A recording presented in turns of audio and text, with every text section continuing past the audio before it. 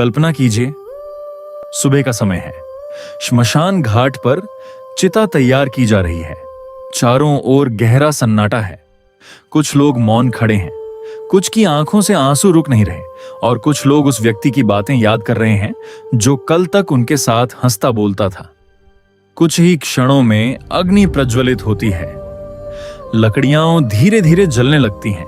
परिवार के लोगों की रुलाई और तेज हो जाती है। लेकिन तभी एक ऐसा प्रश्न जन्म लेता है जिसने सदियों से मनुष्य को सोचने पर मजबूर किया है। क्या इस समय उस व्यक्ति की आत्मा भी यहीं मौजूद है? क्या वह अपने ही अंतिम संस्कार को देख रही है? क्या उसे अपने परिवार की पुकार सुनाई देती है? या फिर क्या वह इस संसार से बहुत दूर किसी दूसरी यात्रा पर निकल चुकी होती है? नमस्कार। आज के इस वीडियो में हम एक ऐसे रहस्य पर चर्चा करेंगे जिसके बारे में लगभग हर व्यक्ति ने कभी न कभी सोचा है। क्या आत्मा अपने अंतिम संस्कार को देखती है? और इस प्रश्न को समझने के लिए हम गरुड़ पुराण में वर्णित मृत्यु के बाद की यात्रा और भारतीय धार्मिक परंपराओं का सहारा लेंगे। लेकिन आगे बढ़ने से पहले एक आवश्यक बात समझना बहुत जरूरी है। गरुड़ पुराण में यह स्पष्ट रूप से नहीं कहा गया है कि हर आत्मा अपने अंतिम संस्कार को अवश्य देखती है। इस विषय पर अलग अलग धार्मिक परंपराओं और लोक मान्यताओं में विभिन्न वर्णन मिलते हैं, जबकि गरुड़ पुराण मुख्य रूप से आत्मा की यात्रा, कर्मों के फल और मृत्यु के बाद किए जाने वाले धार्मिक संस्कारों का महत्व बताता है। इसलिए इस वीडियो का उद्देश्य किसी भय या भ्रम को फैलाना नहीं, बल्कि शास्त्रीय दृष्टिकोण को सरल भाषा में समझना है। दोस्तों, हम अपने पूरे जीवन में इस शरीर का बहुत ध्यान रखते हैं, अच्छे कपड़े पहनते हैं, स्वास्थ्य का ध्यान रखते हैं, अपनी पहचान इसी शरीर से जोड़ लेते हैं। लेकिन गरुड़ पुराण हमें याद दिलाता है कि शरीर नश्वर है, आत्मा नहीं। जिस दिन मृत्यु आती है उसी दिन यह शरीर यहीं रह जाता है और आत्मा अपनी अगली यात्रा की ओर बढ़ती है। यही कारण है कि सनातन धर्म में मृत्यु को अंत नहीं बल्कि एक परिवर्तन माना गया है। अब जरा सोचिए, जिस व्यक्ति का अंतिम संस्कार हो रहा है वह कल तक अपने परिवार के साथ बैठकर भोजन कर रहा था, अपने बच्चों के भविष्य की बातें कर रहा था, दोस्तों के साथ हंस रहा था। शायद उसने अगले सप्ताह की कोई योजना भी बनाई होगी, लेकिन समय ने एक ही क्षण में सब बदल दिया। यही जीवन का सबसे बड़ा सत्य है, मृत्यु कभी बताकर नहीं आती। इसीलिए संत महात्मा बार बार कहते हैं कि जीवन ऐसा जियो कि किसी भी क्षण जाने का बुलावा आए तो मन में पछतावा कम से कम हो। अब फिर वही प्रश्न, यदि आत्मा अमर है तो क्या वह अपने शरीर को अग्नि में जलते हुए देखती है? क्या वह अपने परिजनों को रोते हुए देखती है? क्या उसे अपने अधूरे काम याद आते हैं? या फिर वह इन सब से आगे निकल चुकी होती है? इन प्रश्नों का उत्तर एक पंक्ति में देना संभव नहीं है, क्योंकि गरुड़ पुराण आत्मा की यात्रा को कर्मों से जुड़ी प्रक्रिया के रूप में प्रस्तुत करता है। अर्थात मृत्यु के बाद क्या होता है, इसे समझने के लिए केवल अंतिम संस्कार को नहीं बल्कि पूरे जीवन के कर्मों को समझना आवश्यक है।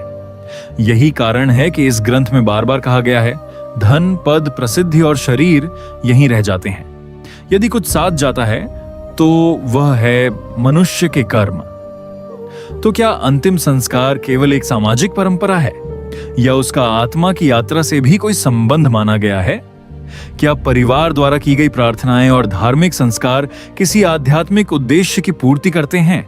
और यदि आत्मा की यात्रा शुरू हो चुकी है तो उस समय वह किस अवस्था में होती है? इन सभी प्रश्नों का उत्तर हम अगले भाग में विस्तार से जानेंगे। इसलिए वीडियो को अंत तक अवश्य देखिए, क्योंकि आगे जो बातें आप जानेंगे वे मृत्यु के बारे में नहीं बल्कि जीवन को सही ढंग से जीने की सबसे बड़ी सीख देंगी। क्या आत्मा अपने अंतिम संस्कार को देखती है? अब आइए इस प्रश्न को गरुड़ पुराण के दृष्टिकोण से समझने का प्रयास करते हैं।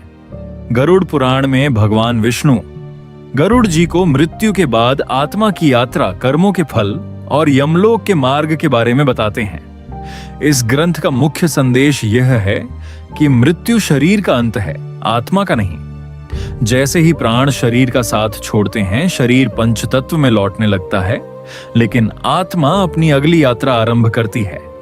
यही कारण है कि सनातन धर्म में मृत्यु को अंत नहीं बल्कि एक नए चरण की शुरुआत माना गया है। लेकिन अब वही प्रश्न, क्या आत्मा उस समय अपने आसपास हो रही घटनाओं को देख सकती है? इस विषय पर अलग अलग धार्मिक परंपराओं में अलग अलग वर्णन मिलते हैं।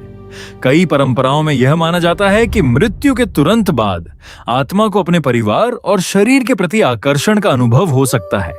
वहीं गरुड़ पुराण का मुख्य ध्यान आत्मा की कर्मानुसार यात्रा और धार्मिक कर्तव्यों पर है, न कि हर व्यक्ति के अनुभव का एक जैसा वर्णन करने पर। इसलिए यह निश्चित रूप से नहीं कहा जा सकता कि हर आत्मा अपने अंतिम संस्कार को उसी प्रकार देखती है।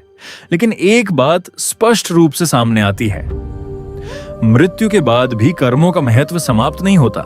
सोचिए, श्मशान में चिता जल रही है, परिवार के लोग रो रहे हैं, कोई पिता अपने बेटे को अंतिम विदाई दे रहा है, कोई पत्नी अपने जीवन साथी को, कोई बच्चा अपने पिता को। उस समय वहां केवल एक शरीर होता है, लेकिन उस शरीर से जुड़ी यादें, प्रेम और भावनाएं सभी के मन में जीवित रहती हैं। इसीलिए हिंदू परंपरा में अंतिम संस्कार को केवल एक रीति नहीं माना गया, इसे जीवन से विदाई और आत्मा के लिए सम्मान का संस्कार माना गया है। अब एक और महत्वपूर्ण प्रश्न, यदि आत्मा अमर है तो अंतिम संस्कार क्यों किया जाता है? सनातन परंपरा के अनुसार अंतिम संस्कार का उद्देश्य केवल शरीर का दाह संस्कार करना नहीं है। यह परिवार को यह स्वीकार करने का अवसर भी देता है कि प्रियजन का सांसारिक जीवन पूर्ण हो चुका है। साथ ही प्रार्थना, मंत्र, श्रद्धा और धार्मिक कर्मों के माध्यम से दिवंगत के प्रति सम्मान प्रकट किया जाता है। गरुड़ पुराण में मृत्यु के बाद किए जाने वाले संस्कारों का महत्व बताया गया है। इन संस्कारों का उद्देश्य धर्म का पालन करना और दिवंगत के प्रति श्रद्धा व्यक्त करना है। लेकिन यहाँ एक बात फिर समझना आवश्यक है, कोई भी संस्कार मनुष्य के कर्मों का स्थान नहीं ले सकता। यदि किसी ने जीवन भर सत्य, दया, सेवा और धर्म का पालन किया है तो वही उसके सबसे बड़े साथी माने गए हैं। और यदि जीवन छल, अन्याय और अहंकार में बीता है तो उसका परिणाम भी कर्मों के अनुसार बताया गया है। यही कारण है कि गरुड़ पुराण बार बार मनुष्य को जीवन में ही अपने आचरण को सुधारने की प्रेरणा देता है। अब कल्पना कीजिए, एक व्यक्ति अपने अंतिम संस्कार के समय अपने परिवार को रोते हुए देख सकता है या नहीं? इसका निश्चित उत्तर शास्त्र हर व्यक्ति के लिए एक जैसा नहीं देता। लेकिन एक बात निश्चित है, उसके जीवन के कर्म कभी उससे अलग नहीं होते। यही कर्म उसकी आगे की यात्रा का आधार बनते हैं।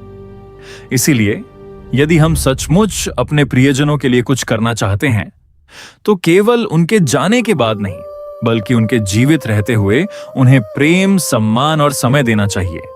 क्योंकि मृत्यु के बाद सबसे बड़ा पछतावा अक्सर उन शब्दों का होता है जो कभी कहे ही नहीं गए, उस प्रेम का होता है जो कभी जताया ही नहीं गया, और उस समय का होता है जो कभी दिया ही नहीं गया।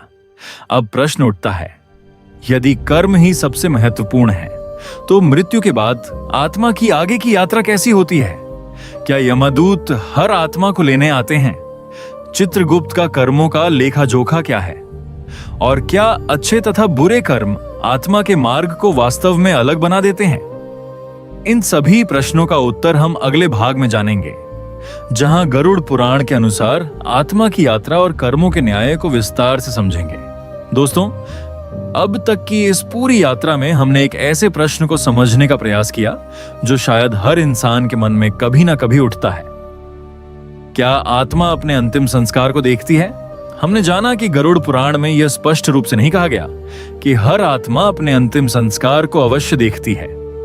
विभिन्न धार्मिक परंपराओं और लोक मान्यताओं में इस विषय पर अलग अलग वर्णन मिलते हैं, लेकिन गरुड़ पुराण का मुख्य संदेश इससे भी अधिक गहरा है। वह हमें यह नहीं सिखाता कि मृत्यु के बाद क्या देखकर डरना चाहिए, बल्कि यह सिखाता है कि जीवन कैसे जीना चाहिए। जरा एक पल के लिए कल्पना कीजिए, श्मशान की अग्नि अब शांत हो चुकी है, लोग धीरे धीरे अपने घर लौट चुके हैं।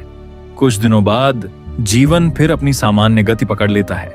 दफ्तर खुल जाते हैं, बाजार फिर से भर जाते हैं, सड़कें फिर पहले जैसी हो जाती हैं, लेकिन एक व्यक्ति जो कभी इस दुनिया का हिस्सा था अब केवल यादों में रह जाता है। यही जीवन का सबसे बड़ा सत्य है, समय कभी किसी के लिए नहीं रुकता। इसीलिए आर्ष मुनियों ने कहा, मनुष्य को ऐसा जीवन जीना चाहिए कि उसके जाने के बाद लोग उसकी संपत्ति नहीं, उसके सद्गुणों को याद करें। गरुड़ पुराण बार बार यही संदेश देता है कि मृत्यु के समय न कोई बैंक बैलेंस साथ जाता है, न कोई मकान, न कोई गाड़ी, न कोई पद। यदि कुछ साथ जाता है तो केवल मनुष्य के कर्म। यदि आपने किसी रोते हुए व्यक्ति के आंसू पोंछे, किसी भूखे को भोजन कराया, किसी गरीब की मदद की, अपने माता पिता की सेवा की, सत्य और ईमानदारी से जीवन जिया, तो यही आपके जीवन की सबसे बड़ी कमाई है। लेकिन यदि आपने केवल धन कमाया, दूसरों का अधिकार छीना, अहंकार में लोगों को कष्ट पहुंचाया, तो गरुड़ पुराण हमें सावधान करता है कि ऐसे कर्मों का फल भी मनुष्य को भोगना पड़ता है। यही कारण है कि यह ग्रंथ केवल मृत्यु का वर्णन नहीं करता, यह जीवन का मार्गदर्शन करता है। अब फिर उसी प्रश्न पर लौटते हैं, क्या आत्मा अपने अंतिम संस्कार को देखती है? इसका निश्चित उत्तर गरुड़ पुराण हर व्यक्ति के लिए एक समान नहीं देता, लेकिन यह अवश्य बताता है कि मृत्यु के बाद आत्मा की यात्रा उसके कर्मों से जुड़ी होती है, और यही इस पूरे विषय का सबसे महत्वपूर्ण संदेश है। दोस्तों, यदि आज ईश्वर हमें एक और दिन दे रहे हैं, तो यह केवल सांस लेने के लिए नहीं, बल्कि अपने जीवन को बेहतर बनाने के लिए है। शायद किसी से माफी मांगनी बाकी है, शायद माता पिता को धन्यवाद कहना बाकी है, शायद किसी जरूरतमंद की मदद करनी बाकी है, शायद भगवान का स्मरण करना बाकी है, क्योंकि हम में से कोई भी यह नहीं जानता कि अगला पल कैसा होगा। इसीलिए संत कहते हैं, मृत्यु का स्मरण निराशा नहीं देता, बल्कि जीवन को सही दिशा देता है। आज से एक छोटा सा संकल्प लीजिए, कभी किसी का दिल जानबूझकर नहीं दुखाएंगे। जहां तक संभव होगा सत्य और ईमानदारी का साथ देंगे, अपने माता पिता, गुरुजनों और परिवार का सम्मान करेंगे, और हर दिन ऐसा जीवन जीने का प्रयास करेंगे कि जब इस संसार से विदा हों तो लोग केवल हमारे जाने का दुख न मनाएं, बल्कि हमारे जीवन से प्रेरणा भी लें। यदि इस वीडियो ने आपको सोचने पर मजबूर किया है, यदि इसने आपके मन में जीवन के प्रति नया दृष्टिकोण जगाया है, तो इसे अपने परिवार और मित्रों के साथ अवश्य साझा करें। हो सकता है यह संदेश किसी के जीवन में एक सकारात्मक परिवर्तन का कारण बन जाए। ऐसे ही सनातन धर्म, गरुड़ पुराण और आध्यात्मिक विषयों पर आधारित गंभीर और संतुलित वीडियो देखने के लिए हमारे चैनल को सब्सक्राइब करें और वीडियो को लाइक करना न भूलें। अंत में बस एक बात, मृत्यु एक दिन सबको आएगी, लेकिन उससे पहले कैसा जीवन जीना है, यह निर्णय आज भी हमारे हाथ में है। अब तक हमने समझा कि गरुड़ पुराण मृत्यु को अंत नहीं, बल्कि आत्मा की एक नई यात्रा की शुरुआत मानता है। यह भी जाना कि यह ग्रंथ हर आत्मा के अंतिम संस्कार को देखने का स्पष्ट और समान वर्णन नहीं करता, बल्कि आत्मा की गति को उसके कर्मों से जोड़ता है। अब एक ऐसा प्रश्न जो सदियों से लोगों के मन में है, मृत्यु के बाद आत्मा को लेने कौन आता है? क्या वास्तव में यमदूत आते हैं, या यह केवल एक प्रतीकात्मक वर्णन है? गरुड़ पुराण में यमदूतों का उल्लेख भगवान यमराज के दूतों के रूप में मिलता है। उनका कार्य जीव को उसकी आगे की यात्रा की ओर ले जाना बताया गया है। लेकिन यह भी समझना जरूरी है कि ग्रंथ का मुख्य संदेश कर्मों का फल है, केवल भय उत्पन्न करना नहीं। यमदूतों का वर्णन हमें यह याद दिलाता है कि जीवन का हर कर्म महत्वपूर्ण है। कल्पना कीजिए, श्मशान में चिता की अग्नि धीरे धीरे शांत हो रही है, परिवार के लोग भारी मन से घर लौट रहे हैं, लेकिन एक प्रश्न अभी भी हवा में तैर रहा है। अब उस आत्मा की यात्रा किस दिशा में होगी? गरुड़ पुराण के अनुसार मनुष्य के साथ उसका धन नहीं जाता, उसका घर नहीं जाता, उसका पद और प्रतिष्ठा भी नहीं जाती।